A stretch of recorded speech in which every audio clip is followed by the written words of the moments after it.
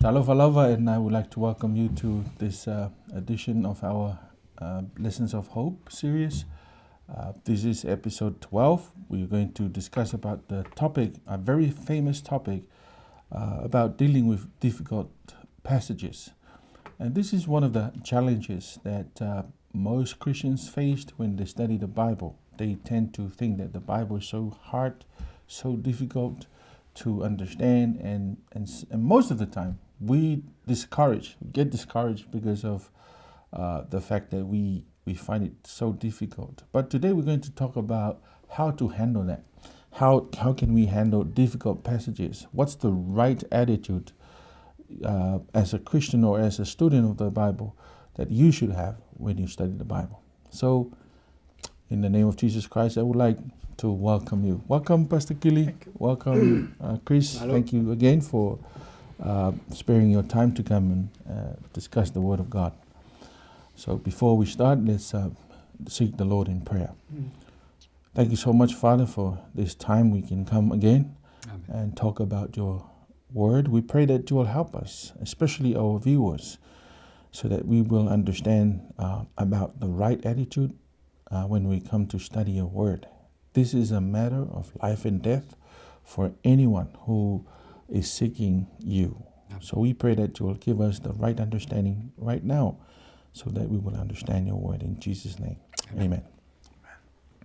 Okay, Pastor Kelly, would you like to, we have a memory verse, and Pastor Kelly is going to share the memory verse and also the introductory part of our discussion. Sure. Our memory text comes from 2 Peter chapter 3 and verses 15 and 16. It says, "And consider that the long-suffering of our Lord is salvation, as also our beloved brother Paul, according to the wisdom given to him, has written to you, as also in all his epistles, speaking in them of these things, in which are some things hard to understand, which untaught and unstable people twist to their destruction, as they do also the rest of the scriptures." So this is Peter here, speaking about Paul. So we all know as Christians that a lot of the difficult passages we find in Scripture is from the writings of Paul. Right. So it's good to know that we're not the only ones. Even Peter himself, a person who's living in Paul's lifetime, also saw this at his time. Reading this, like, whoa, this is some difficult passages to understand. So this is a good encouragement for the reader that even Peter himself went through this. But when discussing the Paul's letters, Peter makes this fact that when people don't understand his writings, they unfortunately twist it. Yeah. And the Bible calls them ignorant or unstable people. They take these difficult passages to understand and they twist it and distort it to their own destruction. Of course, I'm pretty sure that they don't think that they're twisting it to their destruction, but that's the eventually will happen in their twisting of the scriptures. But not only that, Paul's writings, but we're told that also the twisting of the rest of the scriptures. So when you are not honest and you're not stable, you distort scripture in one place, what will happen is you'll start to do that for the rest of scripture. Or what you can also say is, if you don't understand a certain scripture, or you understand it to be this, but it's incorrect, what it will do, it will lead to a chain of misunderstandings of other scriptures. Because remember, all of scriptures are connected. Yes. So if you get it wrong in a certain place, it is very much so that you can get it wrong in ample places. And anytime you... Yes. So, like for example, when we're talking about Luke 23:43, this is the saying of the thief on the cross, when Jesus referred to him, saying, "Behold, I say unto thee, comma, Mm-hmm. today you shall be with me in paradise. Now, if you don't understand the state of the dead in Scripture, and you have a certain perception or a wrong perception of what happens when someone dies in Scripture, you'll perceive this as right when they die, They go straight to paradise. heaven, to paradise. So this is an example of, if you have a misunderstanding in one place, it will lead to misunderstandings everywhere else when it comes to this. But we know in John chapter 20, verse 17, when Jesus resurrected, he tells Mary, don't cling to me, because I have not yet ascended to the Father. So we know that when Jesus died, he did not go to heaven, but he stayed in the grave, which is essentially what is the state of the dead there. Another one is that another example is Colossians chapter 2, verse 14 to 16. And this is where Paul, another one of Paul's writings, is referring to the Sabbath. Or at least the reader, a lot of people today believe that Paul's referring to the seventh-day Sabbath. Right?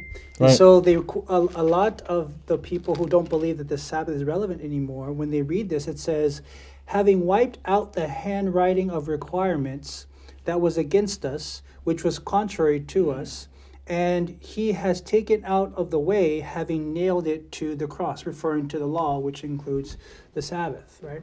So they read these verses, and then they also down to verse 16, so let no one judge you in food or in drink or regarding a festival or a new moon or Sabbaths.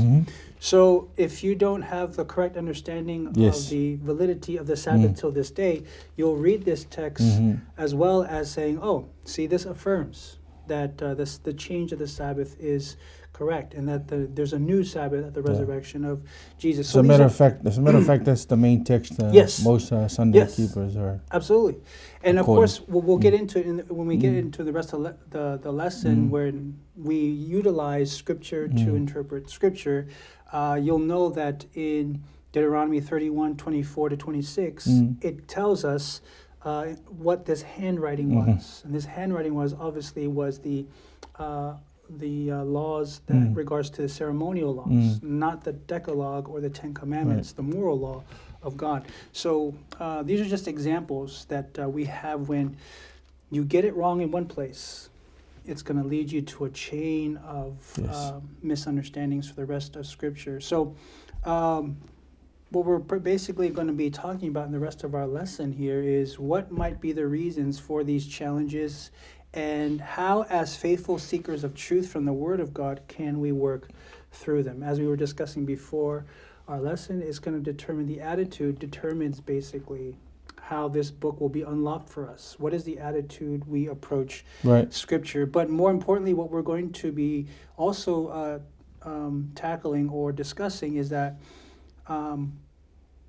not allowing these small number of difficult texts or hard text to understand, don't allow that to cause you to throw out the whole book as not valuable, not authentic, or not real, or not in any way reliable in regards to being the authority of God's Word. So that's what the Sabbath lesson takes us off with. Amen. Okay, let's move on to possible reasons for apparent contradictions in our interpretation of the Bible.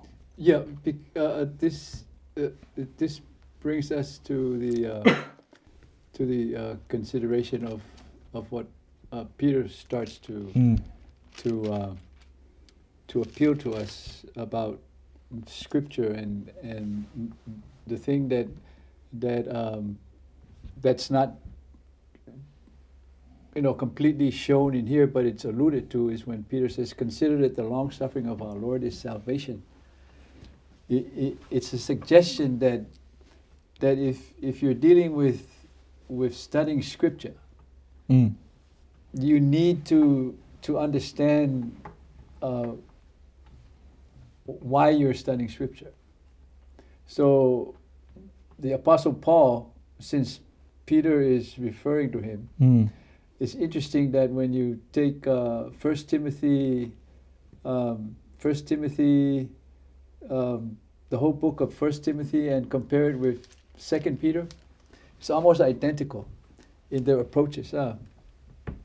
How Peter is approaching the same issue, dealing with the discrepancy of Scripture by those who study it.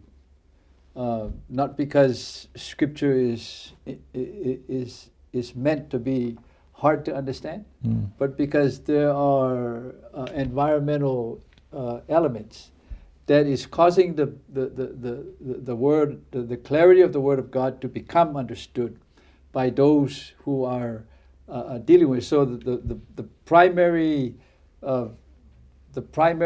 focus of the presentation, both in Paul and in Peter, seems to be one has to have a concept of salvation in order for one to begin to deal or enter into the study of Scripture.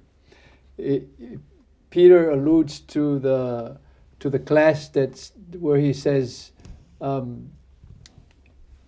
the things that are hard to understand, which untaught and unstable people twist to their own destruction. He's identifying a group of people whose intention is to twist the Word of God, or forcing, like the King James Version says, wrest the Word of God. In other words, to force meaning into the Word of God. And when they force it, they're practicing, or they're actually forcing it in the presence of other people. And that's where the principle of false teaching comes from. When one studies the Word of God for an ulterior motive, who is not primarily interested in neither his salvation or anybody else's salvation, and then he ends up twisting the Word of God. And it creates a state of difficulty for not only himself, because that's what Peter says here, who twisted to their own destruction, as they also the rest of Scriptures. In other words, those who mishandle the Word of God are not intending to gain a clarity of salvation, but they have another purpose for it. Yeah. And the purpose is to mislead others. So the attitude of us going to Scripture, including the awareness that there are people who are twisting Scriptures, therefore we must be aware of the premise of why we go. So in 2 Timothy, Paul uses the metaphor of a soldier. And he says, "Thou therefore, my son, be strong in the grace that is in Christ Jesus." It's interesting because he starts with the same kind of line as Peter starts with, when Peter says, "Consider that the long suffering of our Lord is salvation." But salvation is the grace of God in Christ Jesus. So he's saying, if you don't have your sights pinned on Christ as your salvation, the rest of Scripture is going to be so dark, so foreign, so impossible for you to penetrate. But he says, "Be strong in the grace that is in Christ Jesus. Thou therefore endure hardness as a good soldier of Jesus Christ." So one has to get into the search of Scriptures like a soldier does. You have to endure the hardness. In other words, there's a reason why you were drawn to the Word of God. You know, both Peter and Paul were drawn to the Word of God. There's a reason why, because they grew up in an environment where the knowledge of the salvation of God was prevalent. Yet the activity and the manifestation of life in those communities was saying the opposite, and we know that because we know that when Christ came on the scene, even Peter was struggling with understanding the salvation that is in Christ Jesus. But he emphasizes that because that is the core of the whole Scripture. In order for you to have a spiritual experience of the Spirit disseminating the truth in your mind, you have to have the deep and intense desire to be saved from sin. And if you don't have that, then you're taking on Scripture. It's not going to be a pleasant experience. So first off, we want to say that as a soldier, Paul is saying to Timothy, you must know your mission.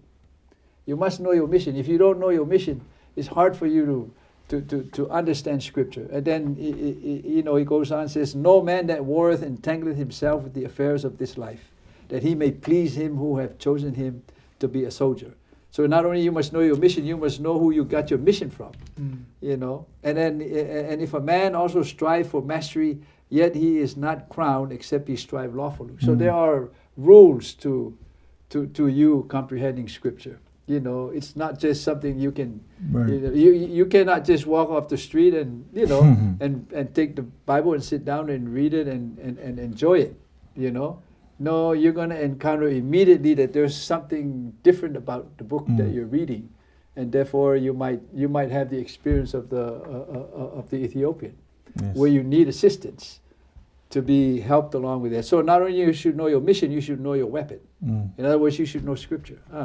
And Paul continues down the line. He has a lot of different things that he says here. Consider what I say. Remember that Jesus Christ is seed of David. I suffer a lot, and then therefore I endured all things for the elect's sake, so that they may obtain the salvation which is in Christ. And then it says, it is a faithful saying, if we suffer, we shall also reign with him. If we deny him, he also deny us, So now of these things, he says in verse 14, put them in remembrance, charging them before the Lord that they strive not about words to no profit. So here is, Timothy had to know his mission. His mission was not only to learn Scripture, but he also had to teach Scripture. Amen. He had to share that Scripture for others in order for them to gain the salvation that he himself is gaining from Scripture. So, and then at the same time, you got to know your enemy. If you know your mission, you know your weapon, and you know your enemy, you're a soldier. Amen. And these are the kinds of things that we need to speak about when we're talking about the approach or the attitude to the Word of God, in order for you to deal with the hard to understand items that are in there. When we speak about that, we're alluding to Peter. Peter was struggling with prejudice in his heart. And that's why, we sometimes look at the record in the book of Acts, where Peter is, and the council of the disciples were dealing with the issue of circumcision. And we find there that Peter and James were the presenters, and Paul and Barnabas were also the participants of that same conference. But we see that they were struggling with that issue, but the Scriptures was the solution for them. James reminded them, it's according to Scripture that Christ did rebuild the house of David. That he did come in the flesh. So he's talking about the solution to all our difficulties in Scripture. If we find difficulties in Scripture, we must take ourselves to understand the gospel of salvation. If we understand the gospel of salvation that is in Jesus Christ, most, or if not all, of the appropriate Scriptures that pertains to your personal experience would be enlightening you, because you're looking for those solutions. And that's where the Word of God is intended to apply to my life. The Word of God is not intended as a weapon in my hand so that I can direct your life. No, the Word of God is a weapon in my hand so that I can work out my salvation. And if that can happen, then you can serve and minister to the need of others, because you appropriately are dealing with the reasons why there are contradictions. People who do not understand that the primary need of studying Scripture is for their salvation will have a lot of contradictions to tangle with, more than enough. And that brings us to our next point, where the right attitude, because some people who are having that problem don't have these are virtues as a Christian: honesty and carefulness when you study the Bible. Yeah, and just before we head into that, I think it's important also, in addition to what Elder was sharing, is the possible reasons for apparent contradictions is, number one, we're finite human beings that's trying to understand an infinite God. So obviously there's going to be some difficulty involved in that. And number two, to also remember that some discrepancies in Scripture might be due to minor errors from copyists and translators. So I think that's in addition to a share that consider those that as you're reading Scripture, because there might be a viewer that's a skeptic, but he's willing to learn. But then he notices that there's some discrepancies in Scripture. So keep that in mind, that number one, the revelation that was given to these writers, it's what's inspired, not necessarily the words that are put down, which is the cause of some of these discrepancies. So I think that's important also to add to that. And especially this is a secondary, because we had the original language was in Hebrew, Aramaic, and Greek. But now we read it in English and in Samoan, and there's a lot of there's transition in that. There's a possibility of discrepancies, but don't throw out the whole Bible just because of those. Don't get stuck on it. Right. Get stuck on it too. And people that do get stuck on it, that's where Elder was sharing the motive, right? That. Okay. All right. So Monday, dealing with difficulties honestly and carefully, and that's definitely when you're coming to Scripture. You definitely have to come with an honest motive to really want to understand what the book is saying and what it's relevant to us. If you're approaching it in a mindset of I'm not really wanting to learn it, I just want to look for things to discredit it, you're going to find things to discredit it. Even sometimes if there's even doctrinal differences within the church. Some people might be on one side of the issue, so other people might be on the other side of the issue. And what do when they look in the Bible? They look in the Bible for points that prove their side. Very biased. And they're not honest with just allowing the Scripture to speak for itself. So so we have to be very honest in how we approach the Scriptures in wanting to earnestly learn what the Bible is saying. But also when you read the Scriptures, read it carefully. Understand, especially when you read the Gospels, Jesus is very, very intentional in the words he uses. So when you reading the red letters in your Bible, read it carefully because Jesus always means something greater than what he's saying there. So especially one example is, when Peter, I believe it was Peter that asked Jesus, how many times should we forgive our brother when he sins against us? Up to 7 times. And Jesus says, verily I say unto you, not 7 times, but 70 times 7. Now, a casual reader who's not reading carefully will just read that and say, wow, Jesus just must have plucked a number out of the air and just said, no, 70 times, as if it was random. But if you understand that Jesus, he knew his Bible. He knew when he came down to this earth, when we understand the prophecy of the 70 weeks given for the Jews, that when Jesus came and he was baptized, there was only 7 more years left in that prophecy. Understanding that prophecy, the 70-week prophecy, was literally 490 years. This is how long God gave Israel, kind of like in a sense to overcome and So when Jesus says 70 times 7, when you do the math, that's 490 years.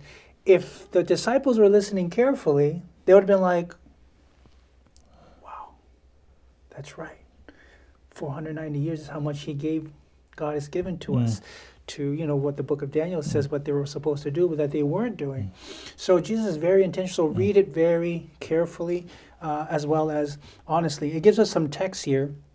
1 Chronicles 29. As we read these texts, it'll give us some principles. The question is, what are these texts saying that can apply to the question of how we deal with difficult passages? So let's take a look at these texts here. Let's take a look at the first one, which is 1 Chronicles 29 and verse 17. Notice what the Bible says here. It says, I know also, my God, that thou triest the heart and has pleasure in uprightness. As for me, in the uprightness of mine heart, I have willingly offered all these things, and now have I seen with joy thy people, which are present here, to offer willingly unto thee. So the first principle that we're learning from 1 Chronicles 29:17 in regards to how we deal with difficult passages is we must be willing to surrender our heart to the truths that we read. This is the principle that we're extracting from 1 Chronicles 29:17, that God wants for us to where it says again here that thou triest the heart and hast pleasure in uprightness. As for me, in the uprightness of mine heart, I have willingly offered all these things. So you have to be willing to follow the uprightness in which you're seeking. So when you're coming to Scripture, Scripture is going to teach you the way of uprightness, but you have to be willing to surrender that when you're coming to Scripture. So there's a willingness to conform to the truths that you discover in Scripture. Proverbs 2 and verse 7, it says, He layeth up sound wisdom for the righteous. He is a shield to them that walk uprightly. So notice that sound wisdom is for those who are righteous. So there's a level of conformity in which is needed to understand Scripture. So if you're living a life of sin and you then try to read the Scripture, you're not going to understand it. No. Because 1 Corinthians 2 and verse 14 says, But the natural man does not receive the things of the Spirit of God, for they are foolishness to him, nor can he know them because they are spiritually discerned. So this is key for us to understand that there's a level of obedience that we need to conform to, that we need to do, so that when we read Scripture, understanding is there. Why? Because when we're in obedience to the Lord, the highway of information from heaven to your mind is wide open. We're told in Isaiah 59 that sin or iniquity cuts us off from God. So if we're living in sin and you try to study the Bible, it's not going to work. And in fact, you'll misinterpret, right? So if you notice that this is key here in Proverbs 2 verse 7. Last text here, 1 Timothy 4:16, principle here is, let me read that for you. Take heed unto thyself and unto the doctrine. Continue in them, for in doing this thou shalt save thyself and them that hear thee. So as you're willing to submit to whatever Scripture says, obeying what the Scripture says, continue to do that and always check yourself. When I'm coming to the Scriptures, sometimes we get to a level of arrogance where we just open it and start reading it without prayer, as if because we reach a certain level of articulation or intelligence or education, then all of a sudden we just pop this thing open and start reading like, oh yeah, I know that. No. Always check yourself at the door and make sure that you come to Scripture, number one, with a willingness to surrender to the truths you discover, obey the truths that the Lord revealed to you, and always check yourself at the door when coming to Scripture. Continue in the doctrine that you're doing this, and that thou shalt save thyself. So this is what we're looking at here when we're talking about the principles of how to deal with difficult passages. Just 3 that are given there from those 3 passages. There are more, but I think that sums it up right there. I think this is important to say. Honest people will deal with Bible difficulties in such a way that they are careful not to present information out of context, distort the truth with loaded language, or mislead others by means of manipulating evidence. So that's key in regards to just the honesty of giving what Scripture says, and don't distort it to your own biases, environment you grew up, culture, settings, your favorite preacher, whatever it is. But let Scripture be. And sometimes preachers and some students of the Bible use these texts to attack another person. Yes, exactly. When you have something against another person, they use Yes. a Bible text, but that's not a right motive, right? Absolutely. Yeah, It's like wrong. when we're reading the Bible, this is a key point. When you're reading the Bible, you're supposed to read it as if it's talking to you. But more often than not, and especially if we're preachers, you're reading the Bible and say, oh, that's a good point for, And then when it gets to this point in my sermon, I'm going to, because this is what they're doing in church. Yes. But you're supposed to receive it for yourself first. That's why it says, check yourself. Take heed unto thyself. When you read the scriptures, that's who it's for first. And then the lessons you learn for yourself, this is what I love to say to my the little church that I currently look over, is I say, I read the passage and create the sermon according to what the Lord showed for my life, and then I share it with you. And whatever you do with it, that's between you and the Lord. Amen. So I believe that that's an honest and careful way to read and then disseminate. That brings us to Yeah. another attitude, and that is to approach the Bible with humility. Would Yeah. you like to speak on that? Yeah, because the Bible is a transformational book, Right. and Right. we go back to this so that we don't lose sight of it. The Bible is intended so that it will transform our lives from sinners to non-sinners or saints, whichever word you prefer. But that's the purpose of Scripture. And one of the fruits of Scripture taking its toll in your life, if we can use that phrase, or making an impact in your life, is that it humbles you. And the spirit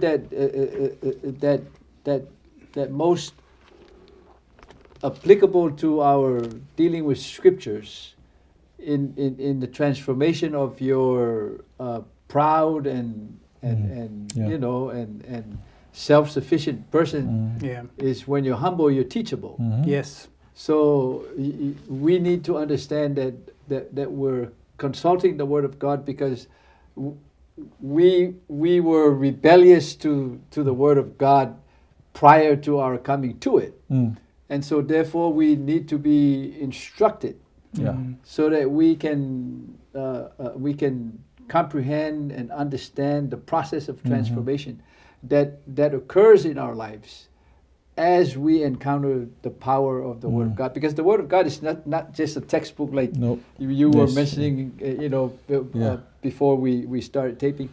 Because the Bible is the power of the Word of God. It's packed with the power, the supernatural power of God. It was given so that it would transform our lives. And no transformation, so appropriate to us than humility, so that we can be teachable. And so James puts it this way. I just read a couple of verses here. And in James chapter 3, verse 13, I begin to read a couple. It says, "Who is a wise man and endued with knowledge among you? Well, let him show out of a good conversation his works with meekness of wisdom." So if you think you have knowledge and you don't have, meekness in your conversation, your knowledge can be looked upon by others as attacking, as an attack on them, or as a look down or an insult, rather than edifying. But if ye have bitter envying and strife in your hearts, glory not and lie not against the truth. So this is pivotal to being humble, because if we're not humble, then we take our natural attitudes into our search of Scriptures, but it doesn't transform our lives. It will just make us worse. So this wisdom, and Paul says here, and James says here, that this wisdom descendeth not from above, but is earthly, sensual, and devilish. So you notice that these are the elements of the flesh, and he mentions it because we need to identify these things as we read and search Scriptures. So if we're having difficulties with understanding Scripture, it's because these elements of the natural person is overwhelming us, And then he says, "For where envying and strife is, there is confusion in every evil work." But the wisdom that is from above is first pure, then peaceable, gentle, and easy to be entreated, full of mercy and good fruits, without partiality and without hypocrisy. So, Amen. you know, it's just packed, you know. Yeah. It just continues to Right hammer there. out, Yes. you know, the Yeah. negatives and the Mhm. positives of the humble attitude and the proud attitude that we take into Scripture. So there's a lot of proud people that like to use Scriptures to you know to engage in heated arguments and accusations and you know and using it as evidence of you know of condemnation to those who are professing the name of Christ, because this is an ever occurring and existing issue in the world.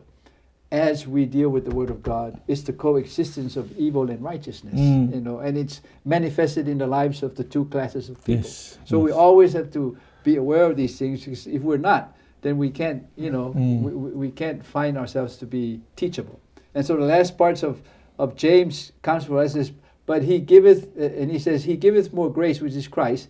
Wherefore he saith, God resisteth the proud, but giveth grace unto the humble. So God gives us grace when we're humble. Submit yourselves therefore to God.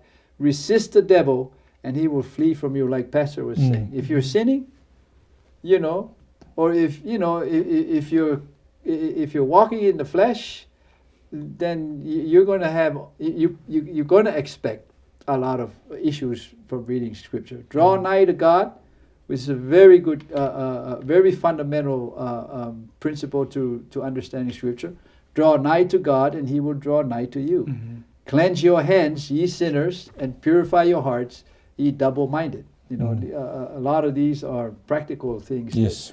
that we notice. Be afflicted and mourn and weep. Let your laughter be turned to mourning and your joy to heaviness. Humble yourselves in the sight of the Lord, and he shall lift you up. Amen. Amen. So a lot to say about you know the transformation in ourselves in humility, and very good advice. Amen. Yes, humility, for a large part of its expression, how it's manifested, is manifested in the obedience unto God. Yes. Arrogance is, no, I have my own way Yeah. of doing things. I'm going to do it my way because I know everything. So when we disobey God, in a sense, we're saying, I don't really, I know what I'm doing. Right. I don't need you to tell me what I'm doing. I'm sure you guys can relate in regards to even parental relationship with children, how they might, you know, they're very much immature in this life. Yes. Parents have lived a while in this life, but it doesn't stop them from kind of looking up at you and say, I don't think you know what you're doing. You know? And it's the same way with us and God, you know? Yes.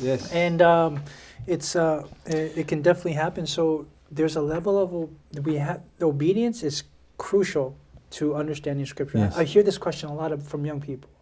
They say, man, every time I read the Bible, I have to read it over and over and over because I don't understand it. Yeah. I was like, so then I this is the principle that I tell them. I was like, guys, there's a level, whatever light God is giving you, obey it. He'll give you more. Understand it. If you don't obey it, He's not going to give you more. Right. Very true. You know? So this happened to disciples, Mark 8, verse 17. But Jesus, being aware of it, said to them, why do you reason because you have no bread? Do you not perceive nor understand? Is your heart still hardened? So the hardening of the heart is caused by disobedience. Yes. This can lead to not understanding the word. Yes, because when you're humble, it makes your heart teachable. Yes. When you have that pride, Right. nobody will be able to teach you of anything. Right. Because you always think you're right, you Yes. know everything. Yeah, but so let's move on to determination and patience. It's one of the virtues or discipline that you should have. Yes. Galatians 6, verse 9 says this, and let us not be weary in well-doing, for in due season we shall reap, if we faint not.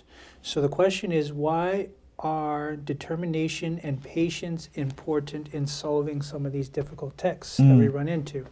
So we live in a society that now we love the quick. We want everything quick, fast. And anything that takes longer than the time frame that we're used to, we just kind of like, okay, never mind. It even happens in church, you know. Sermon's too long. I don't want to really follow. I just want, what's the point? I want the social media sermon, a one-liner, and then that's it. I get it. Let me go home. I don't want to go through the. That's people today's preference. Right. They want short sermons. Yes. They don't want to go through the longevity of the study. They don't have the patience to do it. So in this same time of mindset, they come to the Bible and they run to a difficult text. Instead of spending the time to find out what's going on with this, it's like, never mind, because they want the quick answer.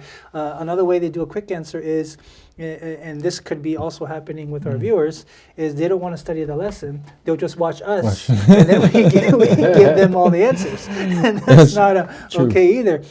We're supposed to be a addition to your personal studies, but not a replacement for your studies. Very true. So real achievement always requires tenacity. In fact, you cannot, there's nothing worth having in this world that you don't work for. That's why there's so much exuberance and joy when you cross that line and you get your degree, because you work so hard for it, especially when you go into collegiate levels. You work so hard for it because you diligently persevered through your studies. So when we do that for the Bible, and then the Lord reveals to you because you persevered, you're just like, Lord, there's something that's missing here. It's not you, it's me. So help me unblock what I'm not seeing here. And when you come to the conclusion of any subject that you're searching in Bible, it's so like, yes, and you can't wait to share it, you know? So this is why a lot of times when we have the church today, they're not appreciative of the information that's disseminated to them because they didn't work for it. They didn't study it themselves. They got the easy answer on the sermon. They say, what was the answer to that again? And they look up a sermon or what another person said, but instead of looking at themselves, there's something about having that, because you work with the Lord to find that answer. You appreciate it more and you keep it more. Versus, oh yeah, I learned that from this preacher and that preacher and that preacher, and then there's something about that you don't appreciate it as much when you don't work for it. And so, and what I mean by work for it, I'm meaning in cooperation with the Holy Spirit, following the principles of our lesson. We're mining the Bible and bringing out the gold nuggets that the Lord wants us to find, and then of course, sharing those with others. So, patience is a virtue of the saints in the last days. We're told that in the book of Revelations. Here are the patience of the saints. Here are they that keep the commandments of God and have the faith of Jesus. So it's good for us to have patience. There are texts that are not just plain on its writing. A lot of them are. So don't throw out the whole Bible just because of that one or two texts that you can't seem to figure out. But there are texts in Scripture that are difficult to understand in its plain reading, but allow the Bible to interpret itself. Search, dig, be patient, be diligent, and the Bible tells us, study to show thyself approved. And that's invoking a process that's not a 5-minute thing. It can take, put it this way. All the information we have today, the doctrines that we teach as a church, it is the hard work of the pioneers before us who didn't have Google, who didn't have, we're so lucky because of the sake of time, we can just press a button, the text comes up. They had to look through that. They had to go through concordance. They had to tie all this thing together and all this work, and then we take it and say, wow, that's how they got it. So there's something about, again, the results of the faith today is the patience of the saints, of the pioneers, to work through this. Not just our pioneers, by the way, the Protestant Reformation, all the way back to, the apostles, but even unto the translating of the Bible to the English language. Do you know how patient that man had to be to just like, okay, to write it down. Write it down and Use make sure. Ink. Yes, and make sure that it's correctly interpreted. I don't think we really appreciate Yes. that level of commitment and really digging into the Word. That's the fundamental truth that we need to understand. Mhm. That you have to completely die for the Word of God. Mm. I mean, you have to literally be at your end, at your wit's end. Mm. You know, where you have nothing but you hit the wall, you hit the Yes. bottom. Right. Yes. You know, that's Yes. why it's so important that when we get to that point, then we come to the juncture of life where we need to make a decision, to be decided. Mm. You know, that's why once we approach the Word of God, we must have that determination. Yes. But that determination is spurred on and it's motivated by our deep need Yes. Mhm. to be helped, Yeah. Mhm. to be saved, that we know that we have sunken. Right. We know that we have hit bottom. Right. We know we have no answers. We Yes. know we have no solutions. Right. And the only thing left for us is looking up Mhm. to God. And that's the conclusion of our lesson for this week. Mm. It brings us to the prayer. Mhm. Because Right. if we truly want to harvest the benefits of Scripture Yeah. and its purpose of why God gave it to us, then we must humble ourselves before God Mhm. and ask God. Right. In my experience, the first thing that I needed to do in order for the Word of God to open up in my heart and for the Word of God to become important in my life was for me to open my mouth and ask God Mm. to help me, Right. to consider and show me grace and mercy for my conditions Mm. and where my life has gone to and my need. And when that was spoken from my heart, Mm. then I began to experience my journey with the Word of God Mhm. that has only increased and not decreased. Yeah. And praying, kneeling down and asking God honestly and genuinely to consider your ignorance and consider your pride, you know, consider your wickedness and your evilness and your helplessness. It's the only way that you can experience a clarity like the Word says. He has brought us from darkness Mhm. to the kingdom of His to the kingdom of light, the kingdom of His Son, and that's what we need to have. And without prayer we can't do it. Yes. Because we must be Spirit led. Mhm. The author of Scripture is not Peter, not Paul, Nope. not Moses. It's the Holy Spirit. Yes. Mhm. Holy men of God were inspired by the Spirit of God. Yeah. It is God that wrote this book. Yeah. And it is He that we must appeal to in order for us Mm. to truly experience. Because at the end of the day, it's not your studious practice of searching Scripture and paying attention to all the details and the particularities of words Right. that saves you. Mm. Right. It's your knowing of Christ in a personal manner, that you Yeah. know Jesus. Yes. Yeah. If you don't know Jesus, Yeah. you are lost. Mhm. As a matter of fact, that's primary in your search, Yes. because if you're looking for answers on Mhm. certain things in what's going on, Mhm. that's all you know. Right. But you're supposed to know the person Yes. of That's right. Jesus Christ. And that in your experience is a very personal experience. Mhm. And every one of us who have that experience knows Mhm. that it's not your head knowledge of Yeah. Scripture Yeah. that's, Mhm. that allows Christ to live in you. Yeah. Yeah. It's your spirit Right. knowledge Yes. of Jesus Mhm. Yes. that saves you and sustains you throughout your daily life, Mm. Yeah. Amen. moment by moment. Amen. Do you have any final saying? We No. do. Yeah. I mean, what comes to mind Yeah. is Daniel, chapter 2, Mm. when the vision, the dream, Nebuchadnezzar's dream, and he was demanding, "Tell me the dream, tell me the vision," and no one could do it, but Daniel understood exactly what he needed to do. Got together with like-minded people, Mm. with his friends, Shadrach, Meshach, and Abednego, or Hananiah, Mishael, and Azariah, and he said, "Let's pray." Mm. And the vision was revealed to them. What was that vision? It was a prophetic vision, Mm. right? So God's word is a prophetic word. People can read this and not understand it. Just like that vision could not be understood until God revealed to them, number one, what the vision was, but number two, what it meant. So that's a primary example in Scripture of one of the prominent figures in historical figures of Scripture, understanding that he prayed, and that was his habit. He prayed 3 times a day. So, and the Bible tells us to pray without ceasing. So prayer is very much a connection. It's bringing us up to where God is, and then He just fills our mind with understanding. Amen. You know, my friends, it's very important that we have the right foundational understanding of how to study the Bible, how to approach the Bible in the right attitude, with the right attitude. Yep.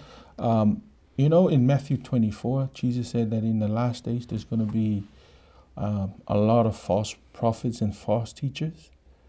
Well, you look around today on the social media, especially during the lockdown, all of a sudden I see a lot of new faces on Facebook teaching the Word, teaching the Bible. Right. I mean, I'm not talking about pastors, but there's a lot of other people now claiming to be this person teaching the Word.